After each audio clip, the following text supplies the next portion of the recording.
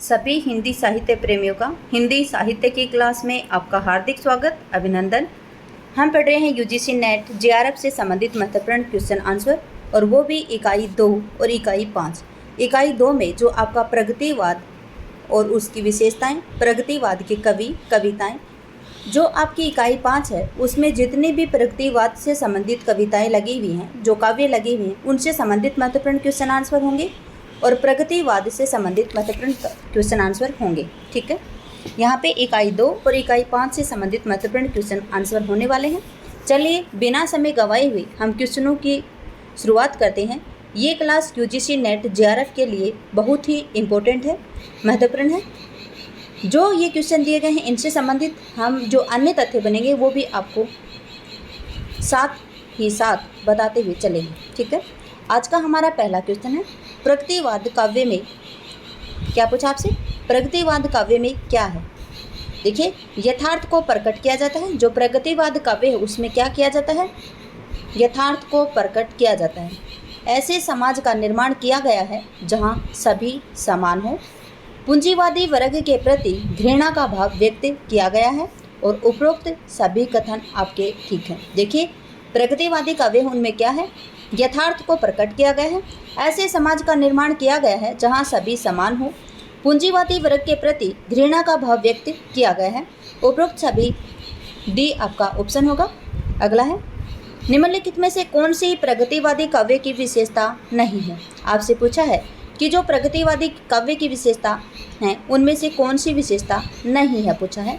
शोषक वर्ग के प्रति घृणा, ये विशेषता है। अगला, धर्म और ईश्वर के प्रति अनास्था, ये भी है। क्रांति का भावना, ये भी है। व्यंग्य इसकी नहीं है। देखिए, जो प्रगतिवादी काव्य है उसकी विशेषता व्यंग्य नहीं है। आपसे पूछा जा सकता है कि जो व्यंग्य है वो किसकी कौन से युग की विशेषता है, तो ये है भारतेंदु युग की। ठीक है, किसकी है, भारतेंदु युग की है। समस्या पूर्ति भी किसकी है, भारतेंदु युग की है। ठीक है, निम्नलिखित में से कौन सा प्रगतिवादी कवि नहीं है। आपसे पूछा गया है कि प्रगतिवादी कवि कौन नहीं है, तो देखिए हरिओद साहब हैं, ये ऑप्शन ही आपका ठीक है, क्योंकि जो हरिओद साहब हैं ये द्विवेदी युग के कवि हैं। कौन से युग के हैं, द्विवेदी युग के। याद रखेंगे, अयोध्या सिंह उपाध्याय हरिओद, इनका जन्म सन 1865 है। ठीक है, कौन सा, 1865। नागार्जुन जी का जन्म सन 1911 है। त्रिलोचन जी का जन्म सन 1917 है और केदारनाथ अग्रवाल जी का जन्म 1911 है। याद रखेंगे, केदारनाथ अग्रवाल जी का जन्म सन 1911 और केदारनाथ सिंह का जन्म सन 1934 है। ठीक है, अगला क्वेश्चन है, प्रगतिवाद के संबंध में असत्य कथन आपको बताना है। हिंदी की प्रगतिवादी कविता मार्क्सवाद से प्रभावित है। ठीक है, क्या है, जो हिंदी की जो प्रगतिवादी कविता है वो मार्क्सवाद से प्रभावित है, बिल्कुल ठीक है। राजनीति में मार्क्सवाद ही, साहित्य में प्रगतिवाद है। देखिए, जो राजनीति में मार्क्सवाद है, मार्क्सवाद किसका, कार्ल मार्क्स का। राजनीति में जो मार्क्सवाद है ना, हिंदी साहित्य में वही क्या है, प्रगतिवाद है। मार्क्सवाद के प्रवर्तक कार्ल मार्क्स हैं, बिल्कुल ठीक है। प्रगतिवाद में शोषण को बढ़ावा दे, ये गलत है, क्योंकि प्रगतिवाद है वो शोषण को बढ़ावा नहीं देता है। प्रगतिवाद शोषण के विरुद्ध लिखा गया है। ठीक है, क्या है, शोषण के विरुद्ध लिखा गया, ये शोषण को बढ़ावा नहीं देता है। तो यह आपका डी ऑप्शन बिल्कुल ठीक है। अगला है, नरेंद्र शर्मा की पहली कविता पत्रिका में छपी थी। देखिए, जो नरेंद्र शर्मा हैं उनकी पहली कविता कौन सी थी, शूल फूल थी। कौन सी थी, शूल फूल थी। और ये सन 1934 में किस पत्रिका में छपी थी, तो ये चांद पत्रिका में छपी थी। ठीक है, अगला है, रांगे राघव की प्रबंधात्मक कृतियाँ कौन सी हैं। आपसे पूछा है कि रांगे राघव हैं, इनकी जो प्रबंधात्मक कृतियाँ हैं ये कौन सी हैं, तो देखिए अजय खंडर इन्हीं की है। कब की है, सन 1945 की है। ठीक है, मेधावी ये भी किसकी है, रांगे राघव जी की, सन 1947 की है। और पांचाली सन 1955, ये भी किसकी है, रांगे राघव की है। और ये सभी इन्हीं की आएंगी। देखिए, जो रांगे राघव की जो प्रबंधात्मक कृतियाँ हैं वो कौन सी हैं, अजय खंडर 1945, मेधावी 1947 और पांचाली 1955। अगला है, नागार्जुन हिंदी के साथ साथ मैथिली में भी रचना लिखा करते थे। उन्होंने मैथिली काव्य अपने किस उपनाम से लिखा है, क्या बताया है। जो नागार्जुन साहब हैं वो हिंदी के साथ साथ मैथिली में भी रचनाएं लिखा करते थे और इन्होंने जो मैथिली में काव्य लिखे हैं वो अपने किस उपनाम से लिखे हैं? तो इन्होंने लिखे हैं किस नाम से? यात्री उपनाम से लिखे हैं। आपसे पूछा जा सकता है कि जो यात्री उपनाम से कौन रचना करते थे? तो नागार्जुन जी। किस भाषा में करते थे? तो वो भाषा थी मैथिली भाषा। अगला क्वेश्चन है, नागार्जुन की मूल चेतना क्या है? नागार्जुन जी ने अपनी कविताओं के अंतर्गत, अपने काव्यों के अंतर्गत मूल चेतना किसको माना है? मानवीय पीड़ा का स्वर है? नहीं। सामाजिक अन्याय के प्रतिकार में व्यक्त होती है। ठीक है, क्या है? सामाजिक अन्याय के प्रतिकार में व्यक्त होती है, यही इन्होंने मूल चेतना माना है।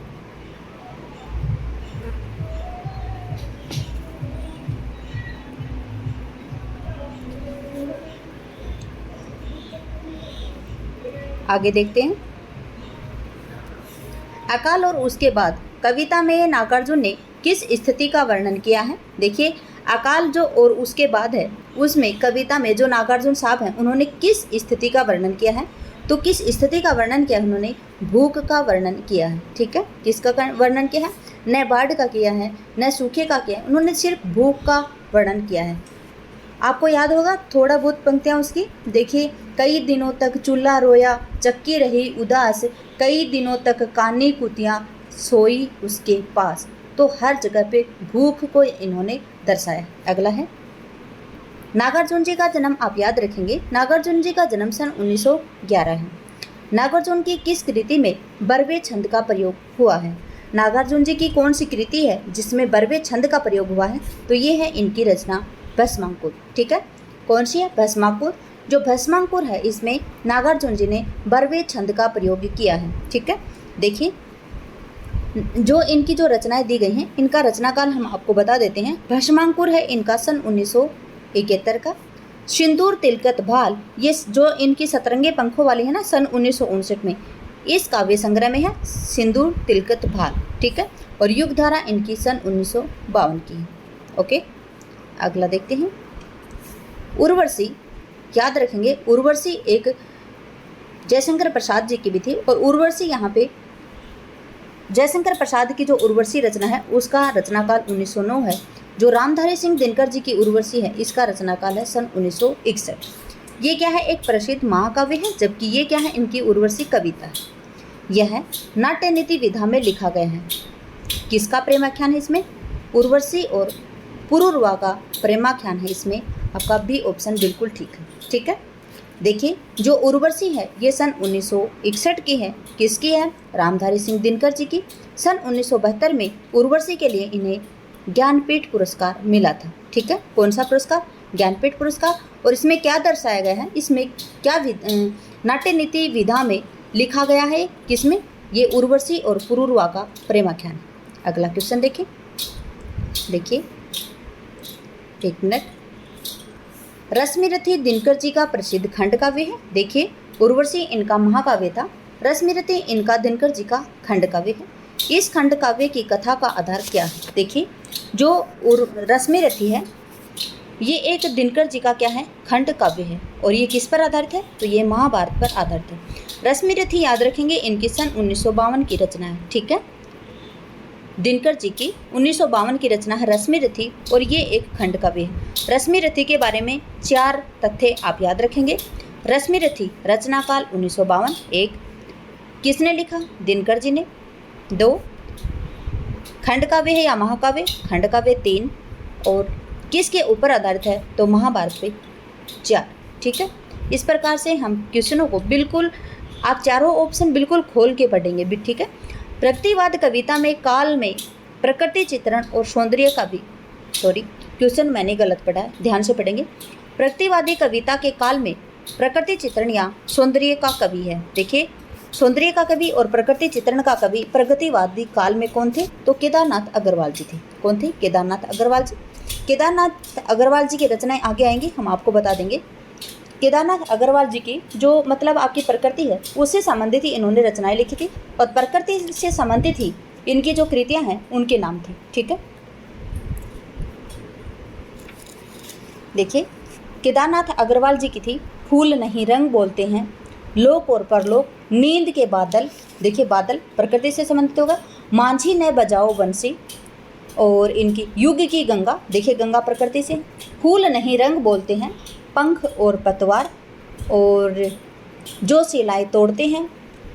हे मेरी तुम, बसंती हवा, जमुन जल तुम, गुल मेहंदी, बम्बई का रक्सनान, बोल बोल बोल, कहे केदार खरी खरी, और मार प्यार की थापें।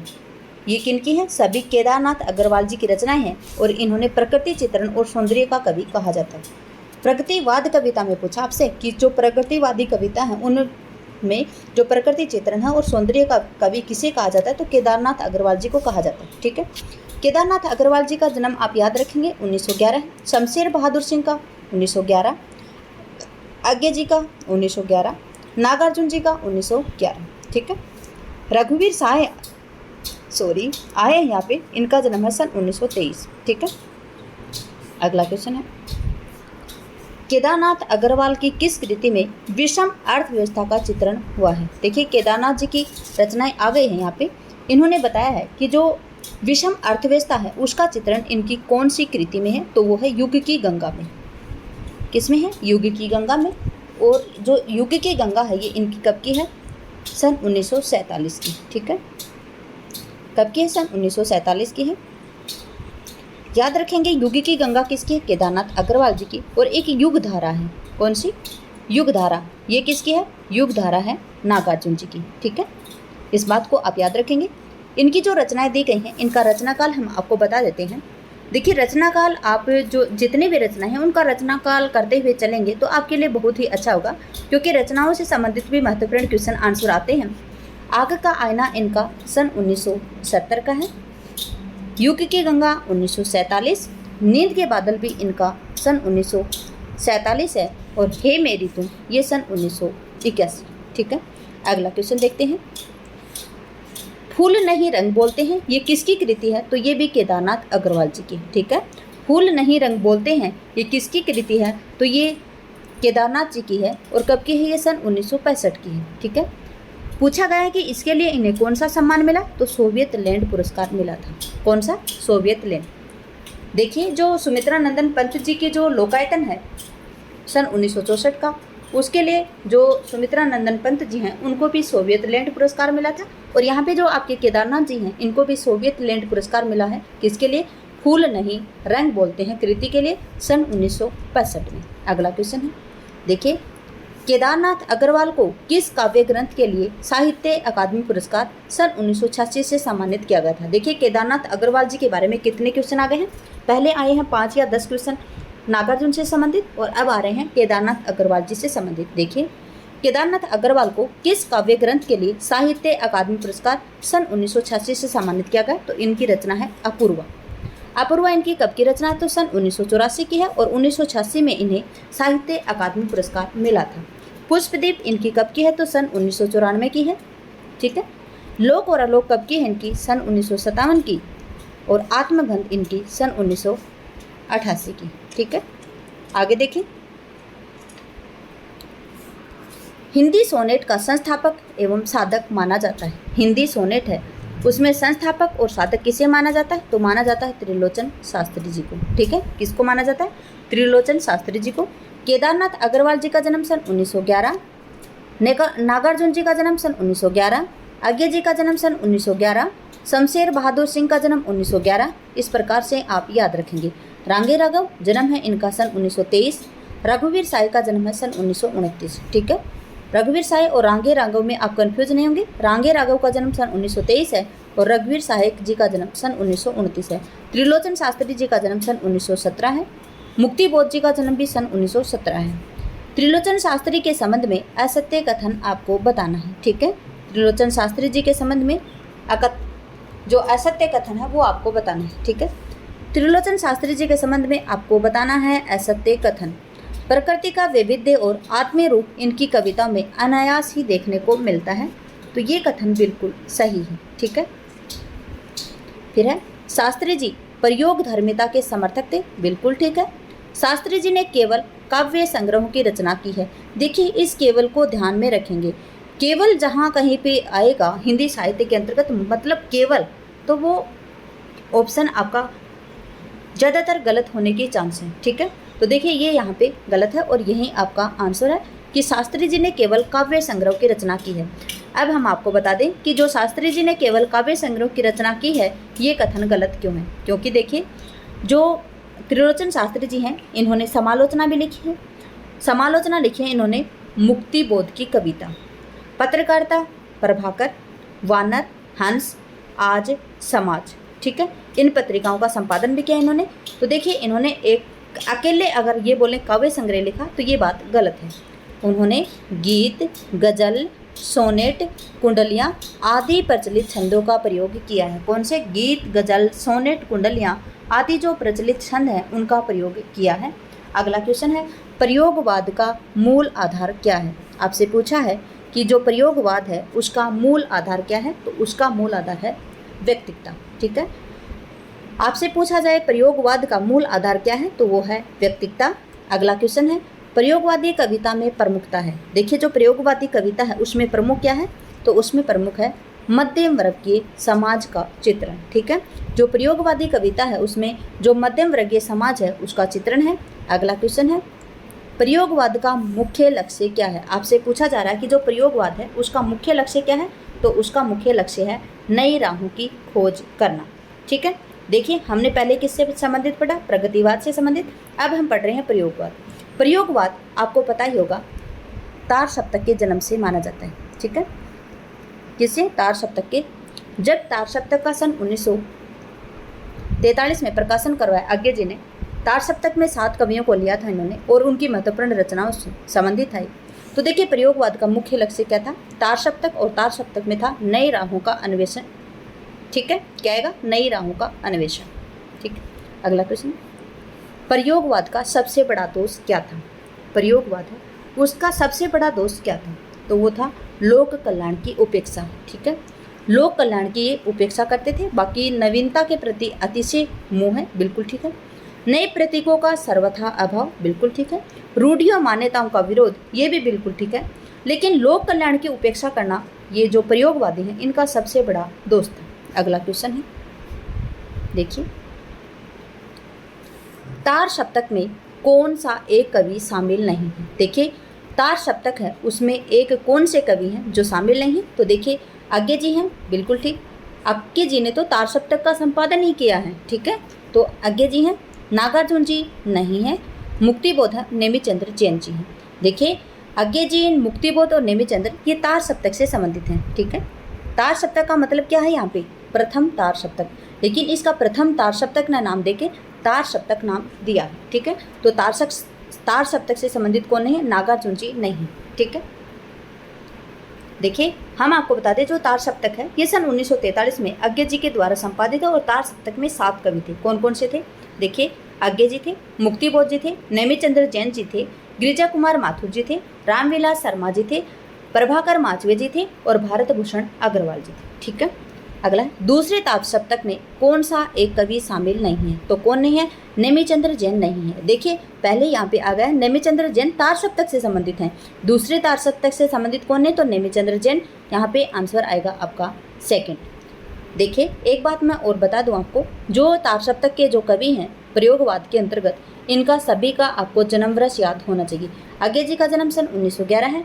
नागार्जुन जी का जन्म इनसे संबंधित नहीं है तार सप्तक से, लेकिन सन 1911 इनका जन्मदिन। मुक्तिबोध का है सन 1917 और नेमिचंद्र जैन जी का जन्म है सन 1919। यहाँ पे नेमिचंद्र जैन जी 1919, रघुवीर साई जन्म है 1929 और रांगे राघव जी का जन्म है सन 1923। कुंवर नारायण जन्म है 1927 और जो आपका प्रभाकर माचवे हैं ये सन 1917, ठीक है। अगला है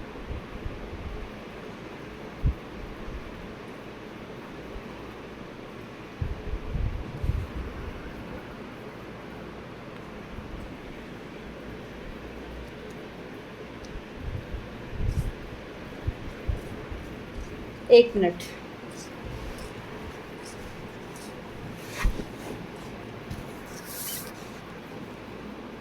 सॉरी ये 24 का क्वेश्चन आपका गलत है, दोबारा से पढ़ाते हैं हम आपको। दूसरे ताप सप्तक में कौन सा एक कवि शामिल है, आपसे पूछा है शामिल है। मैंने ऊपर वाला क्वेश्चन देख के इसमें नेमिचंद्र जैन को सीधा टिक लगा दिया है। यहाँ पे जो आपका दूसरा तार सप्तक है, इसमें कौन सा एक कवि शामिल है, तो वो है रघुवीर शाही जी। और कब का है इनका जन्म, सन 1929 का है। ठीक है। कुंवर नारायण है, ये तीसरे तार सप्तक से संबंधित है और इनका जन्म सन 1927 है। प्रभाकर माचवे और नेमिचंद्र जैन ये दोनों ही किससे संबंधित हैं, तो ये हैं आपके पहले मतलब तार सप्तक से संबंधित। ठीक है।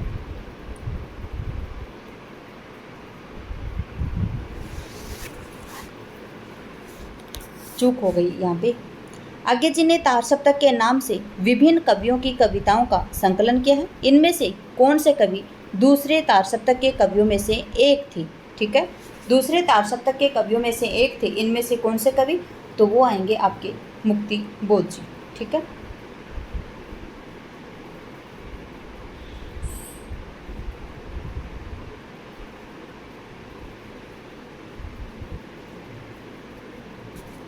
यहाँ पे भी गलत हो रहा है मेरे से। मुक्ति बोध जी तो प्रथम से थे, जयशंकर प्रसाद जी इनसे संबंधित थे ही नहीं और धूमिल जी भी नहीं थे। भवानी प्रसाद मिश्र जी आएंगे। ठीक है। कौन आएंगे, भवानी प्रसाद मिश्र जी। भवानी प्रसाद मिश्र की कविता गीत फरोश में कवि ने अपने गीतों को क्यों बेचना चाहा है। ठीक है। इसमें ऑप्शनल है ना, वो ही गलत दिए गए हैं क्योंकि उत्तरमाला के हिसाब से ऑप्शन गलत है, बल्कि आंसर बिल्कुल ठीक है। ठीक है। कवि को गीत बेचकर अच्छा धन मिलने की आशा है, कथन गलत है। कवि ने व्यंग्य करते हुए कहा है कि आज के जीवन में कवि कर्म करना बहुत ही कठिन हो गया, तो यही आपका आंसर आएगा। अगला है तीसरे तार सप्तक का कवि इनमें से कौन सा एक नहीं है। देखिए तीसरे तार सप्तक का कवि इनमें से कौन सा नहीं है, तो वो देखिए यहाँ पे अब की बार गलत नहीं करेंगे, प्रभाकर माचवे जी नहीं है, क्योंकि प्रभाकर माचवे जी तार सप्तक से संबंधित है, जबकि प्रयाग नारायण त्रिपाठी जी, विजयदेव नारायण शाही जी और केदारनाथ सिंह जी ये तीसरे तार सप्तक से संबंधित हैं। ठीक है। अगला है निम्नलिखित में से कौन सी एक रचना अज्ञे की नहीं है। इत्तेलम, हरी घास पर क्षण भर, इंद्रधनुष रोंदे हुए और राह के दीपक। तो देखिए जो राह के दीपक हैं ये इनकी कृति नहीं है। राह के दीपक किसकी है, तो ये है रांगे राघव जी की। किसकी है, रांगे राघव जी की है राह के दीपक। कब की है, सन 1947 की है। ठीक है। इत्तेलम है ये सन 1946 का है और ये किसका है, अज्ञे जी का। हरी घास पर क्षण भर सन 1948 है और इंद्रधनुष रोंदे हुए सन 1957 है। ठीक है। और ये किसकी कृतियाँ सभी अज्ञे जी की हैं, जबकि राह के दीपक रांगे राघव सन 1947 है। अगला है अज्ञे जी को किस काव्य कृति के लिए साहित्य अकादमी पुरस्कार सन 1964 मिला है। ठीक है। अज्ञे जी को कौन सी काव्य कृति है जिसके लिए साहित्य अकादमी पुरस्कार सन 1964 को मिला है, तो अज्ञे जी की कृति है कौन सी, आंगन के पार द्वार। कौन सी, आंगन के पार द्वार। सभी रचनाएं किसकी हैं, अज्ञे जी की हैं। देखिए चलते हैं इनका रचना काल हम देख लेते हैं। आंगन के पार द्वार सन 1961 की है और इसके लिए सन 1964 में साहित्य अकादमी पुरस्कार मिला था। इंद्रधनुष रोंदे हुए सन 1957 है। हरी घास पर क्षण भर ये सन 1948 है और आपका आर्यो करुणा प्रभामयी सन 1959। ठीक है। अगला क्वेश्चन है कितनी नावों में कितनी बार काव्य कृति के लिए अज्ञे जी को कौन सा पुरस्कार मिला है। कितनी नावों में कितनी बार काव्य कृति के लिए अज्ञे जी को कौन सा पुरस्कार मिला है, साहित्य अकादमी पुरस्कार, ज्ञानपीठ पुरस्कार, सरस्वती सम्मान और व्यास सम्मान। तो देखिए जो कितनी नावों में कितनी बार है इसके लिए इन्हें ज्ञानपीठ पुरस्कार मिला है। कितनी नावों में कितनी बार रचना कब की है, तो सन 1967 की है। देखिए मैंने अज्ञे जी से संबंधित काफ़ी रचनाएं करवा दी हैं आपको, याद रखेंगे अज्ञे जी की जो कितनी नावों में कितनी बार है इसके लिए इन्हें ज्ञानपीठ पुरस्कार मिला था। अगला है नई कविता का केंद्र बिंदु क्या है। नई कविता का केंद्र बिंदु क्या है, प्रकृति वर्णन गलत, निर्धनता का चित्रण नहीं, शोषक वर्ग की चिंता नहीं, लोक जीवन की अभिव्यक्ति। और यही आपका आंसर बिल्कुल ठीक है, क्योंकि जो नई कविता का केंद्र बिंदु है वो क्या है, लोक जीवन की अभिव्यक्ति। अगला है नई कविता की विशेषता नहीं है। आपसे पूछा गया है कि जो नई कविता है उसकी विशेषता कौन सी नहीं है। देखिए जीवन के प्रति आस्थावान होना, परंपरागत मान्यताओं का विरोध, नया सौंदर्य बोध, ईश्वर में आस्था और असंशय की स्थिति। तो देखिए क्या आएगा, ईश्वर में आस्था और अंश जो असंशय की स्थिति है वो नई कविता की विशेषता नहीं है। ठीक है, ईश्वर में आस्था रखना और जो असंशय की स्थिति है वो नई कविता की विशेषता नहीं है, जबकि जीवन के प्रति आस्थावान होना, परंपरागत जो मान्यताएं हैं उनको विरोध करना, नया सौंदर्य बोध और जो ईश्वर में अनास्था रखते हैं वो और असंशय की स्थिति इसमें नहीं है। तो देखिए, नई कविता की विशेषता नहीं है, ईश्वर में आस्था और असंशय की स्थिति। अगला है नई कविता के संबंध में असत्य कथन कौन सा। ठीक है, नई कविता के संबंध में असत्य कथन कौन सा है। प्रयोगवाद के बाद नई कविता का जन्म हुआ, बिल्कुल ठीक है। उसके बाद में है नई कविता में जीवन का पूर्ण स्वीकार व उसे भोगने की लालसा है, बिल्कुल ठीक है। नई कविता जीवन में एक एक क्षण को सत्य मानती है, बिल्कुल ठीक है। नई कविता में जीवन को एकांकी रूप में देखा गया है, यही आपका गलत है और आंसर आएगा आपका असत्य कथन पूछा तो डी ऑप्शन बिल्कुल ठीक है। अगला है केदारनाथ सिंह को कौन सी कृति के लिए साहित्य अकादमी पुरस्कार मिला है। देखिए, केदारनाथ सिंह को कृति के लिए, देखिए यहाँ पे अधूरा क्वेश्चन दिया गया है, यही क्वेश्चन है ना, इनकी जो थोड़ा सा टेढ़ापन है क्वेश्चनों का वही गलत हो जाता है। ये आपकी अरिहंत की बुक है और अरिहंत की बुक में मैंने देखा है, आप कुछ भी समझे चाहें, लेकिन बहुत सारी गलतियाँ, जितनी यूथ कंपटीशन, न तो मेरा अरिहंत जी से कुछ लेना देना है, न ही मुझे यूथ कंपटीशन वालों से कुछ लेना देना है। हमारा काम है पढ़ना और बच्चों को सही गाइड करना। देखिए, जो अरिहंत की बुक है इसमें काफ़ी गलतियाँ हैं, क्वेश्चनों को भी इस प्रकार से बनाया गया कि अपना दिमाग है ना वो भटक जाता है। केदारनाथ सिंह की कृति के लिए साहित्य अकादमी पुरस्कार किस कृति के लिए दिया गया। जमीन पक रही है, अभी बिल्कुल अभी, अकाल में सारस और तोलस्ताई और साइकिल। तो देखिए, जो आपका अकाल में सारस है इस कृति के लिए इन्हें साहित्य अकादमी पुरस्कार दिया है। देखिए, यहाँ पे जो केदारनाथ सिंह जी हैं, हमने आपको बताया था केदारनाथ अग्रवाल जी हैं, इनका जन्म कब का है, सन 1911 का है। कब का है, सन 1911 का है। और जो केदारनाथ सिंह हैं ये अलग से हैं, ठीक है, केदारनाथ सिंह अलग से हैं और जो केदारनाथ अग्रवाल हैं वो अलग हैं। तो जो आपके केदारनाथ सिंह हैं इनका जन्म सन 1934 का है। ठीक है, कब का है, सन 1934 का। और इनकी रचना है जमीन पक रही है, अभी बिल्कुल अभी, तोलस्ताई और साइकिल और अकाल में सारस। तो देखिए, जो इनकी रचना है अकाल में सारस, इसके लिए इन्हें साहित्य अकादमी पुरस्कार मिला था। इनकी जो 4 रचनाएं दी गई, इनका रचना काल हम आपको बता दें। जमीन पक रही है सन 1980 की है, अभी बिल्कुल अभी सन 1960 है, अकाल में सारस सन 1988 है और तोलस्ताई और साइकिल ये सन 2005 है। ठीक है, अगला क्वेश्चन है, देखिए, 7 गीत वृष काव्य संग्रह किसका है। आपसे पूछा है कि जो 7 गीत वृष काव्य संग्रह है ये किसका है, तो ये है आपका धर्मवीर भारती जी का। किसका है, धर्मवीर भारती जी का। 7 गीत वृष काव्य संग्रह का प्रकाशन सन 1952 है। ठीक है, धर्मवीर भारती जी का जन्म सन 1926, धूमिल जी का जन्म सन 1931, केदारनाथ सिंह का जन्म सन 1934 और शंभुनाथ सिंह का जन्म सन 1916। निम्नलिखित में से कौन सा नई कविता का हस्ताक्षर नहीं है। आपसे पूछा है कि जो नई कविता है उसके हस्ताक्षर कौन नहीं है, तो वो है नेमिचंद्र जैन जी। क्यों नहीं है, नेमिचंद्र जैन जी आपका जो तार सप्तक है उसके प्रमुख कवि हैं और नेमिचंद्र जैन जी का जन्म सन 1919 है।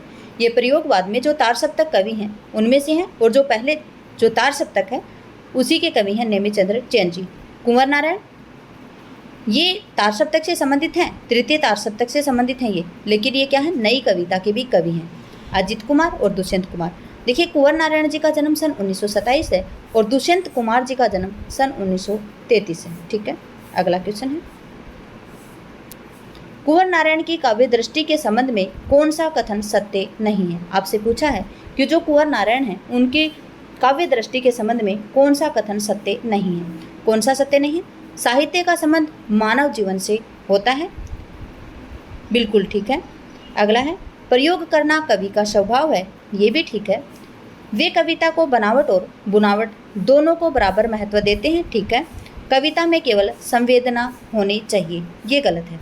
क्या है, कुंवर नारायण की काव्य दृष्टि के संबंध में कौन सा कथन सत्य नहीं है, तो इनके संबंध में कविता में केवल संवेदना होनी चाहिए, ये कथन गलत है। ठीक है, अगला है, निम्न में से कौन सा कथन सत्य नहीं है? हम नहीं को अंडरलाइन कर लेंगे। चिंता आज्ञे का काव्य संग्रह, बिल्कुल ठीक है। और चिंता कब का है? सन 1941 का है। अगला है चांद का मुंह टेढ़ा, मुक्तिबोध जी का काव्य संग्रह, बिल्कुल ठीक। कब का है? सन 1964 का। संसद से सड़क तक, धूमिल का काव्य संग्रह, और ये कब का है? सन 1972 का। लोग भूल गए, नागार्जुन जी का काव्य संग्रह है, ये गलत है। क्यों गलत है? लोग भूल गए, ये रघुवीर सहाय जी का है। किसका है? रघुवीर सहाय। देखिए बोलने पर ध्यान देंगे, मैं यहाँ पे नहीं लिख सकती क्योंकि ये फ़ोन में पढ़ा रही हूँ आपको, और फ़ोन में इतना नहीं लिखा जाता, ठीक है। लोग भूल गए सन 1982 का रघुवीर सहाय जी का काव्य संग्रह है ये। नागार्जुन जी का काव्य संग्रह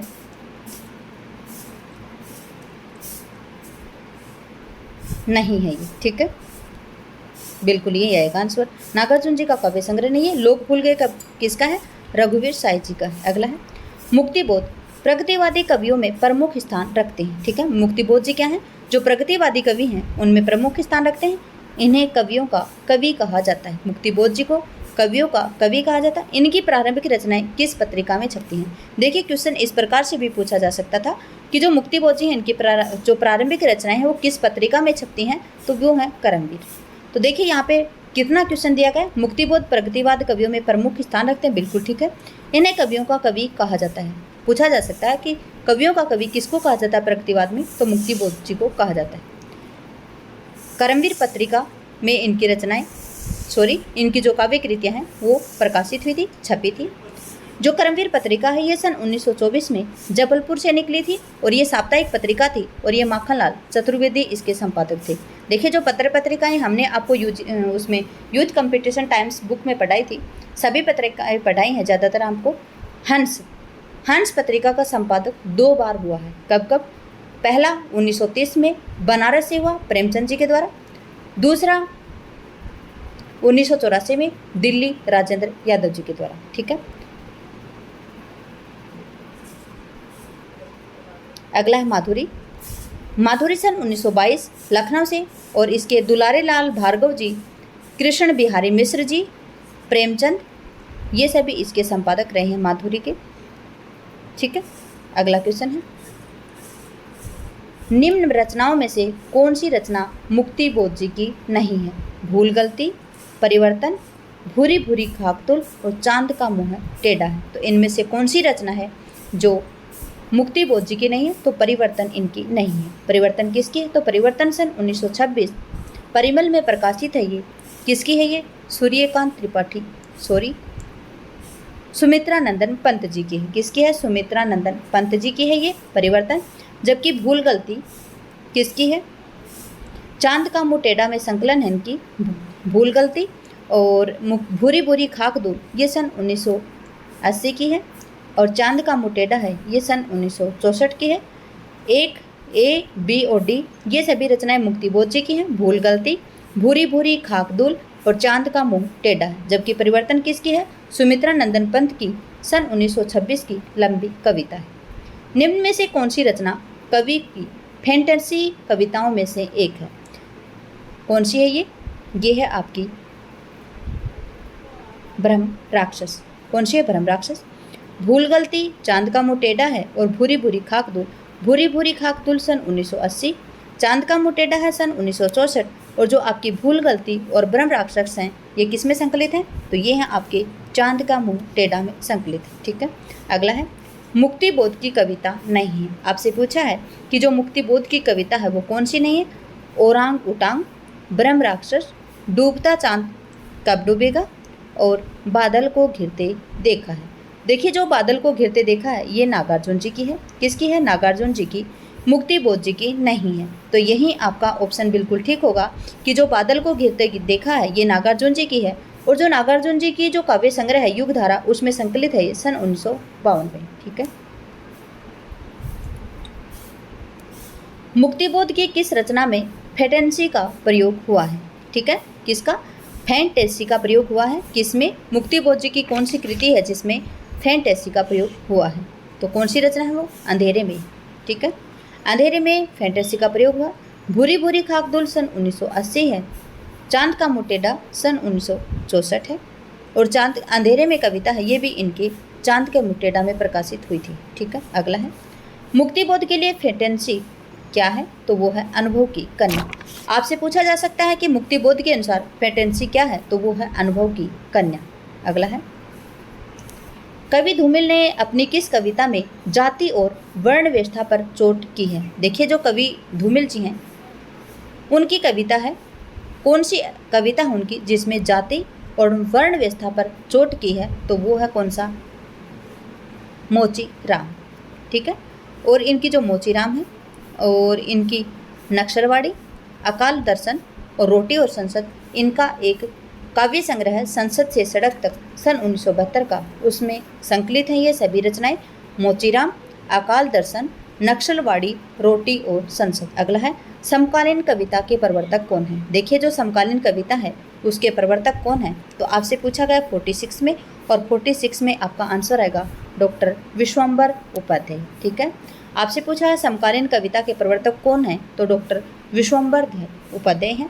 देखिए नेमिचंद्र जैन जी का जन्म सन 1919 है, कुंवर नारायण जी का जन्म 1927 और ये तीसरे तार सप्तक से संबंधित थे, और वीरेंद्र कुमार जैन जी हैं, इनका जन्म सन 1955 है, और जो आपके डॉक्टर विश्वम्बर उपाध्याय हैं इनका जन्म सन 1930 है। ठीक है, निम्नलिखित में से कौन सा एक समकालीन कवि नहीं है। आपसे पूछा गया कि कौन सा समकालीन कवि नहीं है, तो वो है धर्मवीर भारती जी, क्योंकि जो धर्मवीर भारती जी हैं ये सेकंड तार सप्तक से संबंधित हैं और ये प्रयोगवाद के कवि हैं। किसके, प्रयोगवाद के कवि हैं। जबकि रघुवीर साय सन 1929, अरुण कमल 1954 और प्रताप सहगल 1945, ये सभी किससे संबंधित हैं, समकालीन कवि हैं।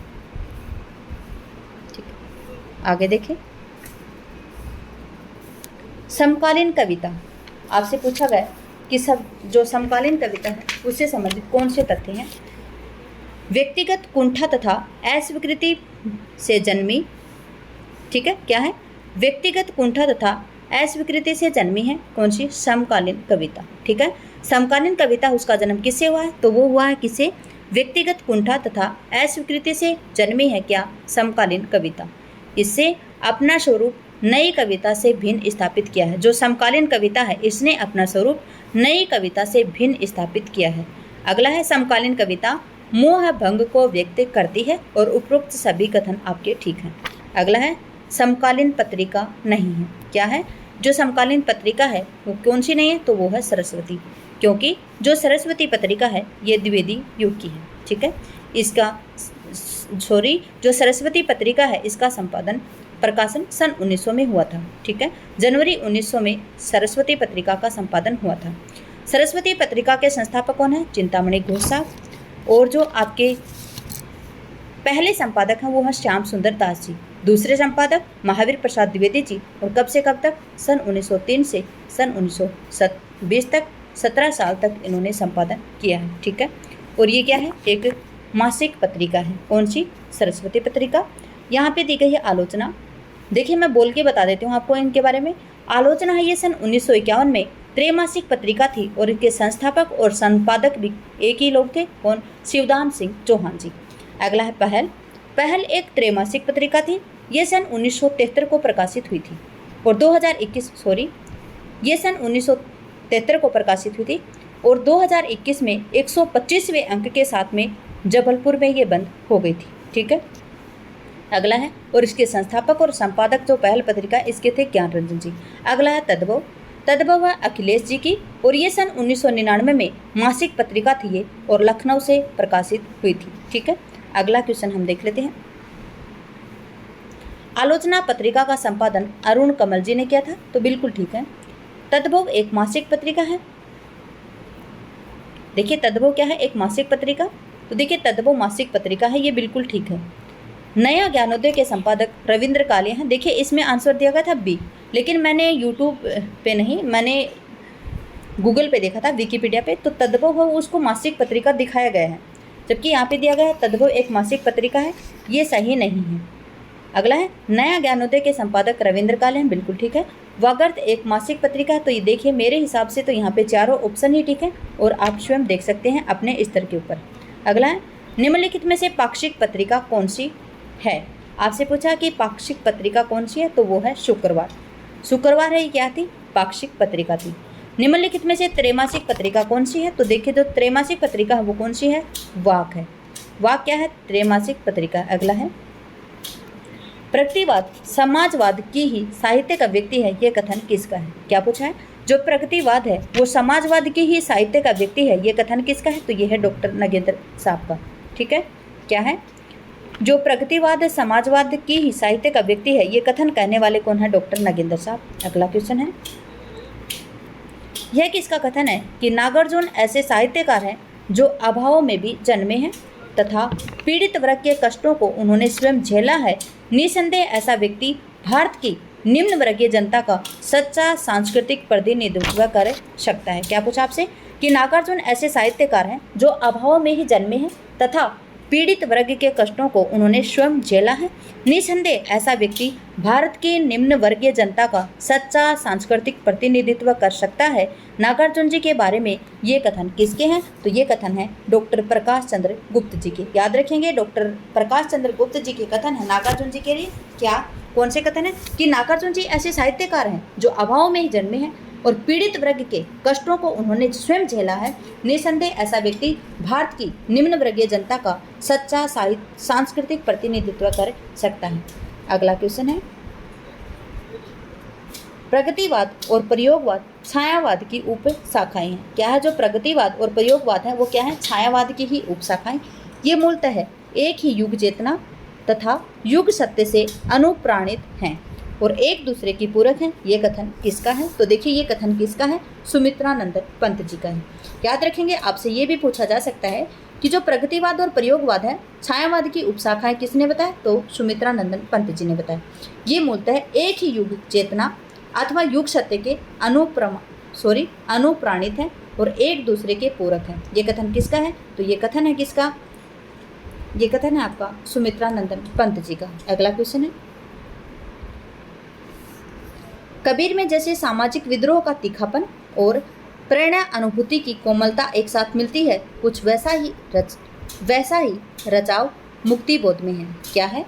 देखिए कबीरदास जी में जैसी सामाजिक विद्रोह है और विद्रोह का तीखापन और जो प्रेरणा अनुभूति की जो कोमलता एक साथ मिलती है, कुछ वैसा ही किसमें है? मुक्ति बोध जी की रचनाओं में है। और ये कथन किसका है? तो ये कथन है किसका? डॉक्टर राम स्वरूप चतुर्वेदी जी का। ठीक है, डॉक्टर राम स्वरूप चतुर्वेदी जी ने कबीर और मुक्ति बोध जी हैं इनका स्वरूप एक जैसा बताया है। याद रखेंगे, राम स्वरूप जी ने मुक्ति बोध और कबीर जी का एक जैसा स्वरूप बताया है। ठीक है, नई कविता आगे निकाल लेते हैं। नई कविता वैविध्यमय जीवन के प्रति आत्मचेतस व्यक्ति की प्रतिक्रिया है। क्या बताया है? जो नई कविता है वो वैविध्यमय जीवन के प्रति आत्मचेतस व्यक्ति की प्रतिक्रिया है। नई कविता का स्वर एक नहीं विविध है। यह कथन किसका है? तो आपसे पूछा गया कि जो नई कविता है उसका स्वर एक नहीं विविध है और ये कथन किसका है? तो ये कथन है आपके मुक्ति बोध जी का। ठीक है, अगला है, मारो मारो मारो हंसियाँ हिंसा और अहिंसा क्या है, पंक्ति किसकी है? मारो मारो मारो हंसियाँ हिंसा और अहिंसा क्या है, ये पंक्ति किसकी है? तो ये पंक्ति है केदारनाथ अग्रवाल जी की। ठीक है, यहाँ पे आपके आए हैं मुंशी प्रेमचंद जी, इनका जन्म 1880 है। रामविलास शर्मा सन 1912 है। मुक्ति बोध जी 1917 है और आचार्य नंद दुलारे वाजपेयी सन 1906 है। आगे है, केदारनाथ अग्रवाल जी का जन्म सन 1911 है। आज्ञा जी का जन्म भी 1911, नागार्जुन जी का जन्म सन 1911 और रघुवीर साहिब जी का जन्म सन 1929 है। ठीक है, मैंने उसको जब जब देखा, लोहा जैसा तपता देखा, गलते देखा ढलते देखा, मैंने उसको गोले जैसे चलते देखा।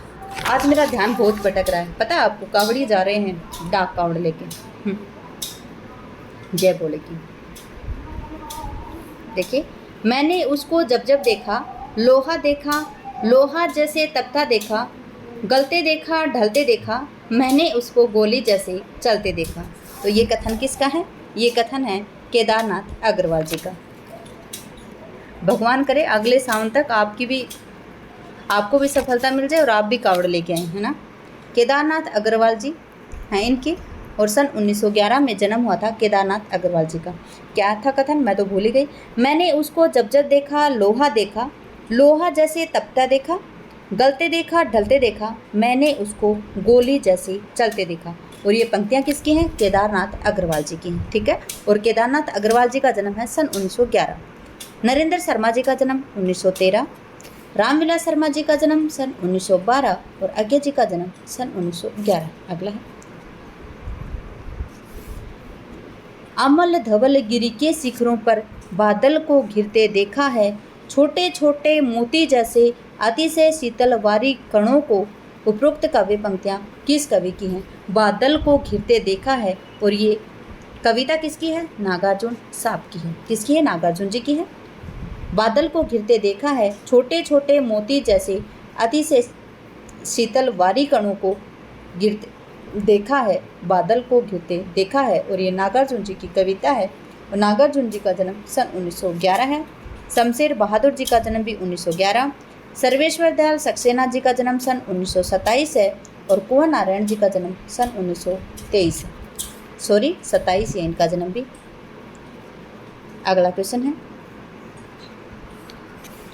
घनी रात बादल रिमझिम है, दिशा मुख निस्तब्ध वनांतर, व्यापक अंधकार में शुकुड़ी कोई नर की बस्ती भयंकर। और ये कथन किसका है? तो ये कथन है मुक्ति बोध जी का।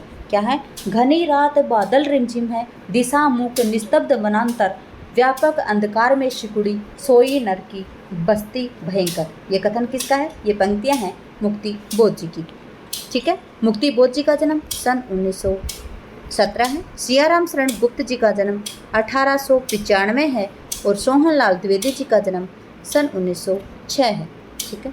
अगला है, क्षण भंगुरता के इस क्षण में जीवन की गति जीवन का स्वर, 200 वर्ष वायु यदि होती तो क्या अधिक सुखी होता नर। क्या है?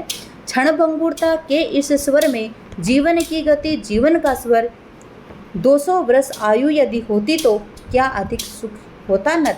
क्या है? कि जो क्षण भंगुरता का ये क्षण है, इसमें जीवन की गति जीवन का स्वर, अगर व्यक्ति की आयु 200 वर्ष की हो जाती तो क्या वो अधिक सुखी होता। उपरोक्त काव्य पंक्तियाँ किस कवि की हैं? तो देखिए 62 का क्वेश्चन बहुत ही महत्वपूर्ण है। मुक्ति बोध जी। नेमिचंद्र जैन ये तार सप्तक से संबंधित है, 1919 इनका जन्म है। सर्वेश्वर दयाल सक्सेना, देखिए वैसे तो प्रयोगवाद से संबंधित है, सभी कवि तार सप्तक से संबंधित है। ठीक है। सर्वेश्वर दयाल सक्सेना का जन्म सन 1927, मुक्ति बोध जी का जन्म सन 1917, रघुवीर साहे जी का सन 1929। एक और याद रखेंगे, रांगे राघव जी का जन्म सन 1923 है। ठीक है। अगला है, राम काज में अब की रावण नंगा होकर नाचा है, सूरत सकल वही है भैया बदला केवल ढांचा है। उपरोक्त पंक्तियों में किन भावों की अभ्यंजना हुई है? तो इसमें क्या है?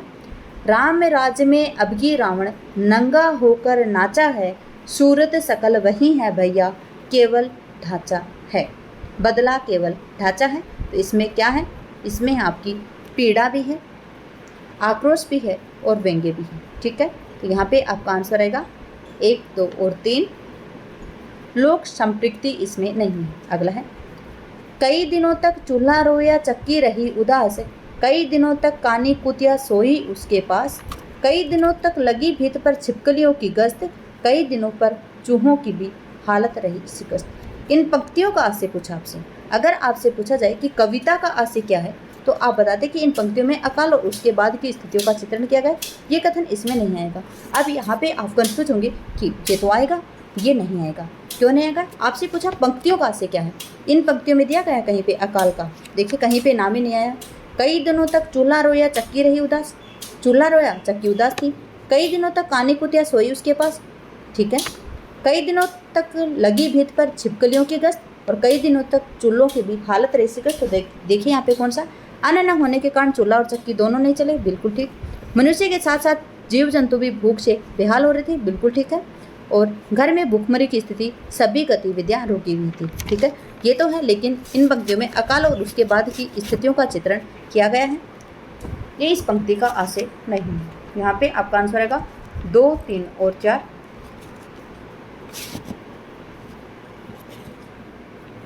अगला है, छोटा सा भी मैं हूँ स्वर, रवि का प्रतिनिधि, काली तमसा में रक्षक, अथक खड़ा हूँ लेकर उसकी बाती मंजूषा में। तो इसका अर्थ क्या आएगा? इसका अर्थ आएगा कि छोटे से दीप में सूर्य के प्रकाश का अंश है, बिल्कुल ठीक है। उसे अंधकार को भेदने की सामर्थ्य है, ये बिल्कुल ठीक है। लेकिन क्या दिया गया है? दीप के प्रकाश में असंख्य विद्रोही भाव हैं। दीप के प्रकाश में कभी भी असंख्य विद्रोही भाव नहीं हो सकते। अगला है, वह छोटा सा दीप अन्य किसी पर निर्भर नहीं है। गलत बात है कि ये छोटा सा दीप अन्य क्यों निर्भर क्यों नहीं है? कि यहाँ पे बताया, देखिए, लेकर उसकी बाती मंजूषा में, वो किसके ऊपर आधारित है? बाती पर आधारित है।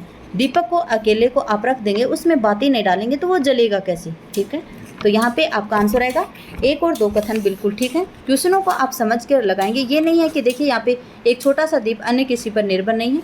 देखिए ऐसे तुक्के के हिसाब से आंसर नहीं लगाएंगे, आंसर को बिल्कुल सोच समझ कर लगाएंगे आप। छोटे से दीप में सूर्य का प्रकाश का अंश है और उसे अंधकार भेदने का सामर्थ्य है। ठीक है, इस प्रकार से यहाँ पे आपका आंसर होगा कौन सा?